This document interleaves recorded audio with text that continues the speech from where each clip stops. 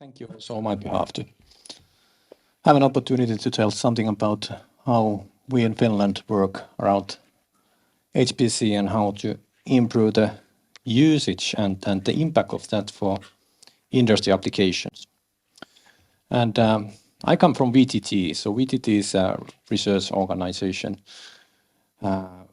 like RISE here in Sweden and Fraunhofer in Germany, and so really, let's say, wide organization which aims to drive research impact for industry and using of the research and applied research, especially for use of companies and societies.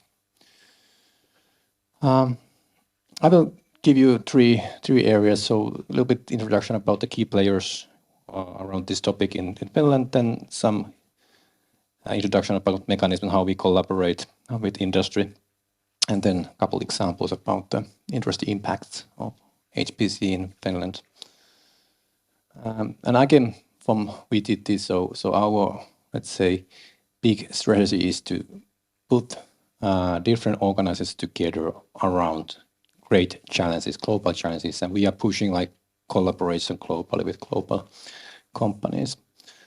My role there is to lead Foresight research. So basically, my organization is driving the opportunities, what the future brings, what risks there are, what things are there, and then try to bring solutions there. And HPCs and quantum computing is for sure one of those solutions, but together with application and the collaboration. In Finland, there is also CSC organization, and Dan still is here. And he is representing CSC, and CSC is the organization which provides IT support modeling and computing for academia, research institutions, and companies in Finland. And for example, all the high performance computing infrastructure is managed in Finland by CSC. Both we are non-profit organizations. This is CSC is owned by the Finnish states and also the higher education institutions. VTT is a private organization owned by the state with the Ministry of Economic Affairs and Employment. So we two have different roles. Our role is to help to make the impact of that, while the CSC is ensuring that everything, the support is there and things are, infrastructure is running well. And we are at the moment thinking that how we could even better collaborate together. But now I show you something that we are doing at the moment. So Lumi, we have talked a lot about it. So third quickest computer globally. So there is a lot of potential. There's a lot of infrastructures in place already. One nice thing about this is that it is really one of the first centralized models for HPC collaboration over the countries. So really key thing to have a third fastest computer in Europe is the collaboration, as Anders showed us. And that's the way how we can make it high quality, cost efficient, and also sustainable environment here in Europe. And I think it's very important thing to think about this collaboration. Think about the thing that every of these nations should bring and create their own infrastructure, so it wouldn't be third quickest globally. And another thing what Lumi has brought is that there is really drive to make capacity and impact for the industry and SMEs. So something that is really triggering the discussion about how to use it also in Finland, but I think wider.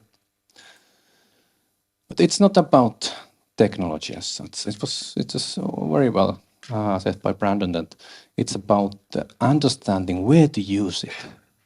And large companies, they know how to use. They have the understanding about what are the right challenges, what are the right things where HPC can add value. But if you go to outside of this room, if you go to the smaller companies, they don't have a clue that what kind of impact, what kind of challenges they could use HPC, or that they could understand how to use it. So they really need support for identifying the use cases, consulting that, discussing with them, and then also they need more and more support to ensure and enable that they get a way forward to utilizing the HPC in the right manner.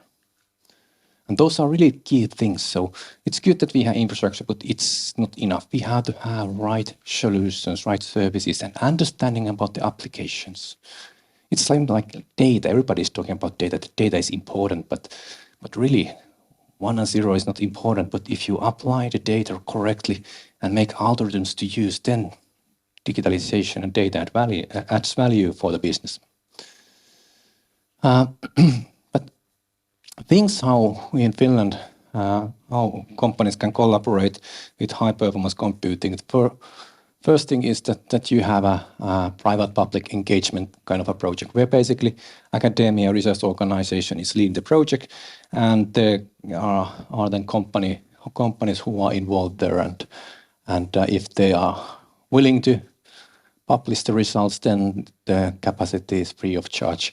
Good thing there is that they get also the expert support for their need. So not only the capacity, but they get the right persons, experts, which then they collaborate and they can make things beneficial.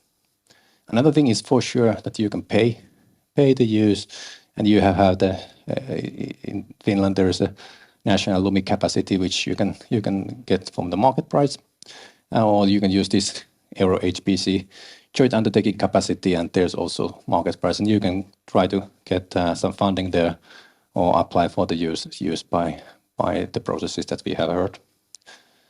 In Finland, there is you heard about Vinnova. Vinnova in Sweden is like Business Finland in Finland. So aim is to support the usage of innovation, making the innovation. And in Finland, Business Finland, the Business Finland organization has specific funding schemes for HPC use. So if you are a startup or small enterprise company, you can apply for HPC grant, specific grant, which is worth from 20k to 80k euros for use of the HPC capacity, and you get also expertise there, and that's actually rather good thing. Especially Lumi is now much cheaper than before infrastructure, so you can do things with that. And you can implement that to the ongoing project as needed. And if you are larger, you can also have public funding for using the capacity, but it's not additional funding, but something where you have to also put your own money on the usage of that. But it's compensated as such.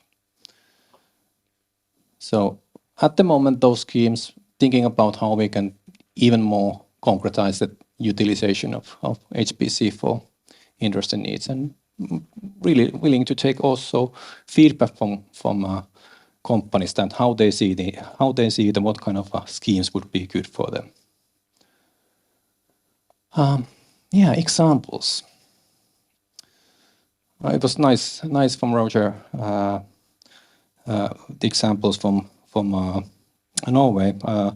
Couple of things that we are currently working, or like bigger areas where we are working with the HPC at the moment. Climate change models, so there's a lot of things happening, a lot of models needed for different phenomena around climate change. It's also an area where there's a lot of interest from companies to think about what kind of opportunities climate change is opening, because if you are doing good things, you are able to do also good business with that. So it's an area where there's a lot of activities. Then autonomous systems, as described also in Norway, it's also a very topical area in Finland for using HPC. So making situational awareness using AI algorithms for machine learning and turning that to the usable information, make automated solution in a very complex and risk intensive areas like autonomous systems typically are. So that's a very topical area at the moment. Then personalized healthcare, so making better treatments, making better medicines, and understanding also the disease much concrete manner, and be able to simulate those it's a topical area, and machine learning, AI, things in many other things are the areas where we are active. I put one very industry-driven example, concrete example about what is the impact of HPC. It's about, this is VTT's competence. We have productized it so to call like proper tune. So you can tune the properties of materials by using virtual things. It's longer-term development where you have been able to make different kind of models about material properties, about the microstructure properties, about the failing mechanisms of materials and how those all work together. There are also things which you cannot model, but you have to use AI and other tools, like big data tools, to understand those behavior. But it's very effective, and one key thing there has been that this whole thing should be work together in an efficient manner. And it wouldn't be possible without use of HPC. And that's the reason why it has been used and developed in a different format. And global level, this competence is number 1 globally, or number 3 if you have to soften material. So it's really like leading competence. And it's actually very interesting in that manner that you can get quite concrete examples about what is the value add of this kind of competence. So for Caterpillar, for example, we have optimized the surface protecting coatings and using that by optimizing the microstructures of the material. And as an outcome, the performance improvement has been 40% for that.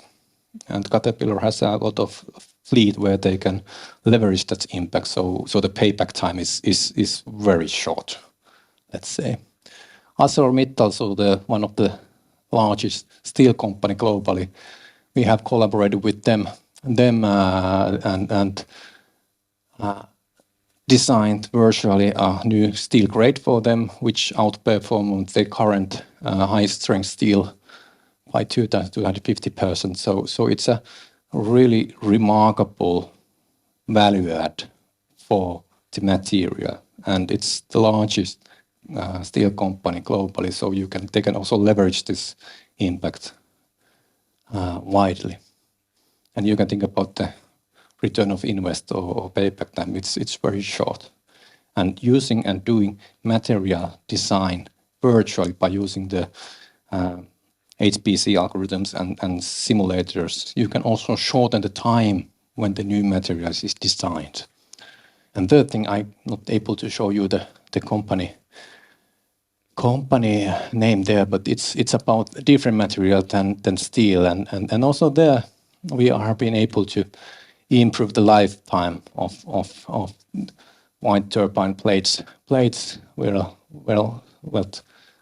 rather big amount. So it also shows, and these are just a couple examples, but this also shows you that how impactful HPC is.